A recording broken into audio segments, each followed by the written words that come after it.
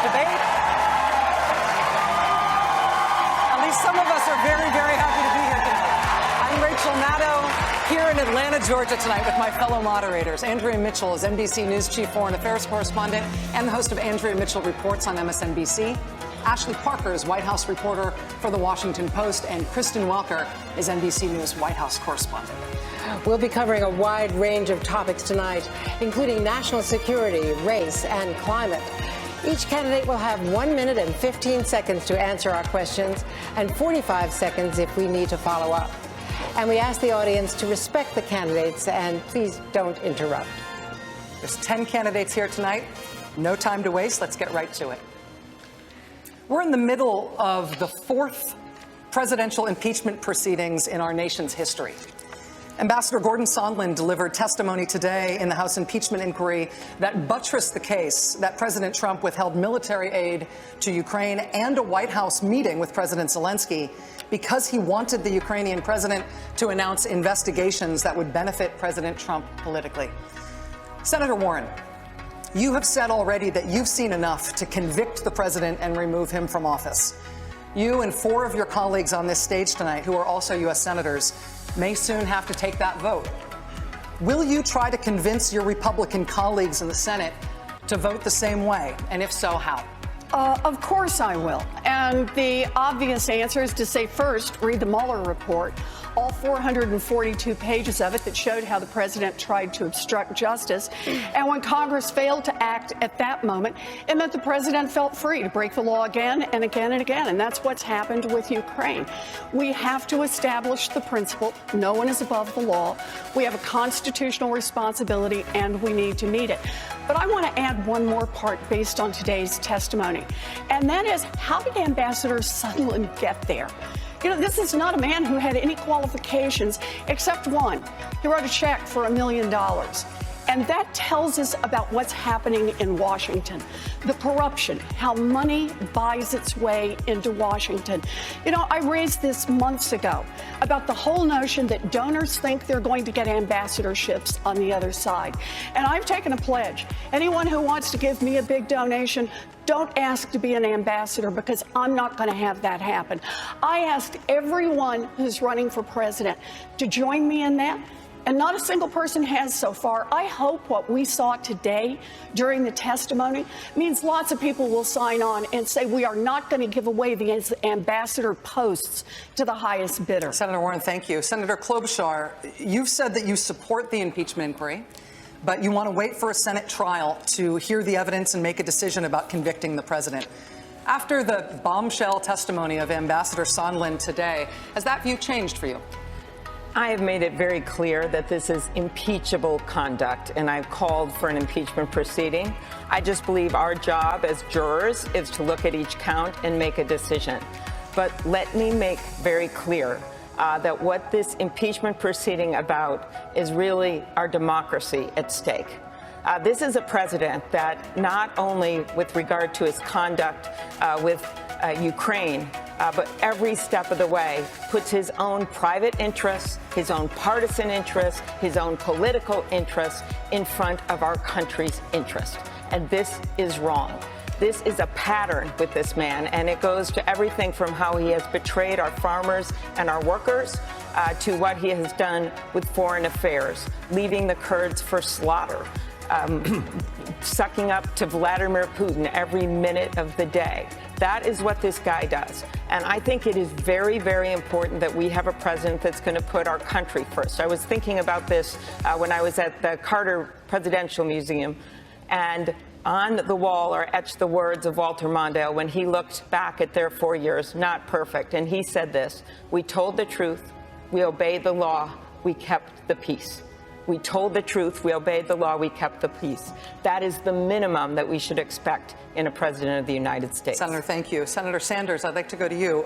Americans are watching these impeachment hearings. At the same time, they're also focused on their more immediate daily economic and family concerns. How central should the president's conduct uncovered by this impeachment inquiry be to any Democratic nominee's campaign for president? How central would it be to yours? Well, Rachel, sadly, we have a president who is not only a pathological liar, he is likely the most corrupt president in the modern history of America. But we cannot simply be consumed by Donald Trump. Because if we are, you know what? We're going to lose the election. Right now, you got 87 million people who have no health insurance or are underinsured. We're facing the great existential crisis of our time in terms of climate change. You got 500,000 people sleeping out on the street, and you got 18 million people paying half of their limited incomes for housing. What the American people understand is that the Congress can walk and chew bubble gum at the same time.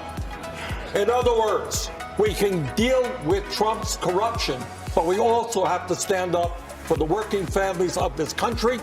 We also have to stand up to the fact that our political system is corrupt, dominated by a handful of billionaires, and that our economy is rigged with 3 people owning more wealth than the bottom half of America. We can do it all when we rally the American people in the cause of justice. Mayor Buttigieg, let me put the same question to you. How central should the president's conduct uncovered by the impeachment inquiry be to a Democratic nominee's campaign? How central would it be to yours? Well, the constitutional process of impeachment should be beyond politics, and it is not a part of the campaign. But the president's conduct is.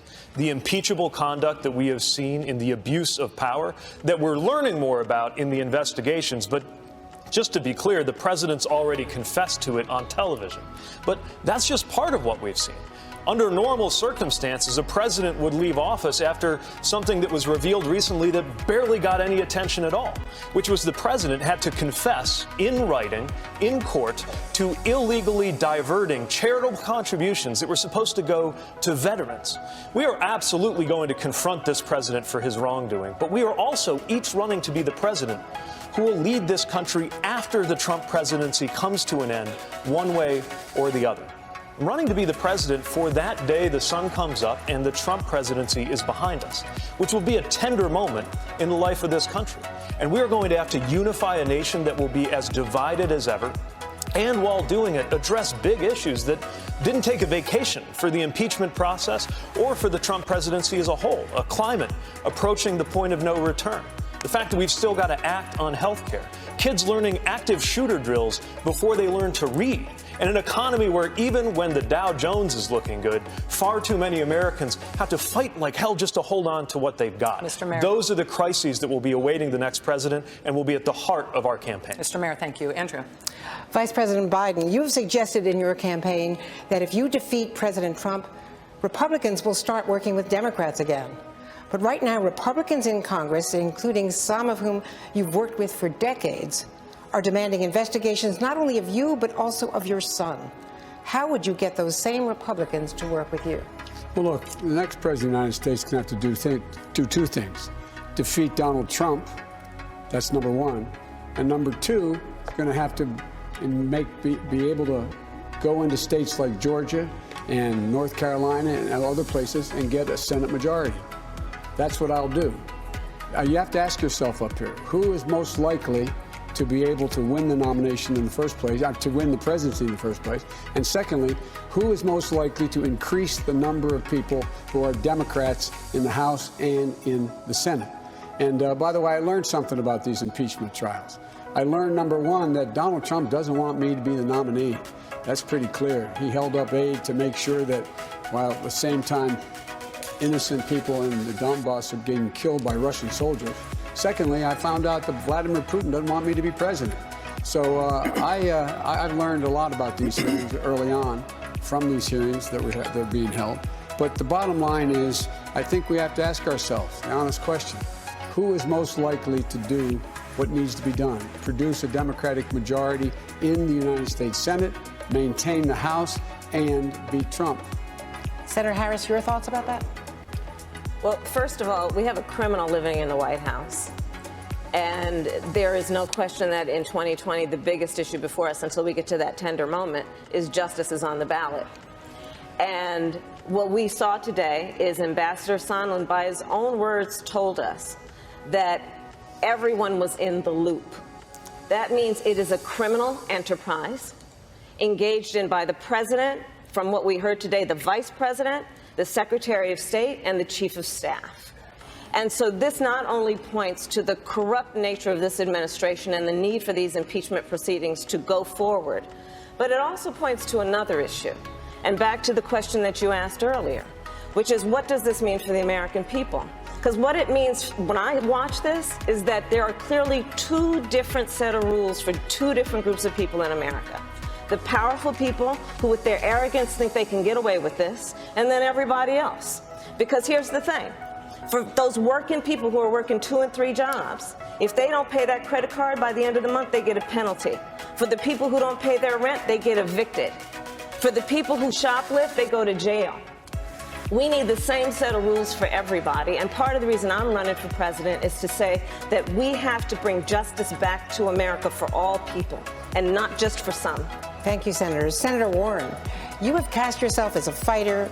If you were elected, though, you would be walking into an existing fight, a country that is already very divided over the Trump presidency, among other things. Do you see that divide as permanent, or do you need to bring the country together if you become president to achieve your goals? So I think the way we achieve our goals and bring our country together is we talk about the things that unite us. And that is that we want to build an America that works for the people, not one that just works for rich folks. You know, I have proposed a 2-cent wealth tax. That is a tax for everybody who has more than $50 billion in assets. Your first $50 billion is free and clear. But your $50 billionth and first dollar, you got to pitch in 2 cents. And when you hit $1 billion, you got to pitch in a few pennies more. Here's the thing. Doing a wealth tax is not about punishing anyone. It's about saying you built something great in this country, good for you. But you did it using workers all of us help pay to educate. You did it using getting your goods on roads and bridges all of us help pay for. You did it protected by police and firefighters all of us help pay the salaries for. So when you make it big, when you make it really big, when you make it top 0.1% big, pitch in 2 cents. So everybody else gets a chance to make it. And here's the thing. That's something that Democrats care about, independents care about, and Republicans care about. Because regardless of party affiliation, people understand across this country, our government is working better and better for the billionaires, for the rich, for the well-connected, and worse for everyone else. We come together when we acknowledge that and say we're going to make real change. Thank you. Senator Booker, do you agree with that strategy? Well, first of all, I think we all agree that we need to bring in a lot more revenue in this country. We actually have a real problem with the tax rates, tax loopholes, tax cheats. And I don't agree with the wealth tax the way that Elizabeth Warren puts it. But I agree that we need to raise the estate tax. We need to tax capital gains as ordinary income, real strategies will increase revenue. But here's the challenge. We as Democrats need to fight for a just taxation system. But as I travel around the country, we Democrats also have to talk about how to grow wealth as well. When I stood in church recently and asked folks in a black church, how many people here want to be entrepreneurs, half the church raised their hands. If we as a country don't start, if we have a party don't start talking not just about how to tax wealth, but to give more people opportunities to create wealth, to grow businesses, to have their American dream. Because, yeah, we need to raise the minimum wage to a living wage, $15 an hour. But the people in communities I frequent, their aspiration for their lives is not just to have those fair wages. They want to have an economy that provides not just equalities in wealth, but they want to have equalities of opportunity. And that's what our party has to be about as well. Senator Warren, you wanted to respond? Sure. So let me just tell you what we can do with that 2-cent wealth tax. 2 cents on the top 0.1% in this country, and we can provide universal child care for every baby in this country aged 0 to 5. That is transformative. We can provide universal pre-K for every 3-year-old and 4-year-old in America. We can stop exploiting the women, largely black and brown women, who do this work, and we can raise the wages of every child care worker and preschool teacher in America. We can put $800 billion new federal dollars into all of our public schools. We can make college tuition free for every kid. We can put $50 billion into historically black colleges and universities, and we can cancel student loan debt for 95% of the folks who've got it. 2-cent wealth tax, and we can invest in an entire generation's let me future. let Senator Booker respond. Sure. You know, again, I agree with the need to do all of those things. We're all united in wanting to see universal preschool, and I'll fight for that. We're all united in wanting to fund HBCUs. Heck, I wouldn't be here if it wasn't for two parents that went to HBCUs. But the tax, the way we're putting it forward right now, the wealth tax, I'm sorry, it's cumbersome. It's been tried by other nations. It's hard to evaluate. We can get the same amount of revenue through just taxation. But again, we as Democrats have got to start talking not just about how we tax from a stage, but how we grow wealth in this country amongst those disadvantaged communities that are not seeing it. Look at VC dollars in this country.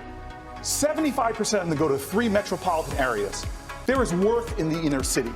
There is value in our rural areas. If I am president of the United States, we're going to have a fair, just taxation where millionaires and billionaires pay their fair share. But dear God, we're going to have pathways to prosperity for more Americans. We're going to see a change in what we see right now. Small businesses, new startups are going down in this country. Thank you, We need to give Senator more Warren. new entrepreneurs Senator Warren, access briefly, to wealth. just your last thoughts on this. The idea behind what is fair today, the 99% in America are on track to pay about 7.2% of their total wealth in taxes. I'm not disagreeing with that. The top 1/10% that I want to say pay 2 cents more, they'll pay 3.2% in America.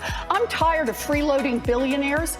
I think it's time that we ask those at the very top to pay more so that every single one of our children gets But a real everybody is Senator tired Booker, of Senator freeloading Warren. billionaires. Everybody's tired of corporations Senator getting away Booker. with paying zero taxes. We're not disagreeing with that. Thank you very much, Senator Warren. Thank you.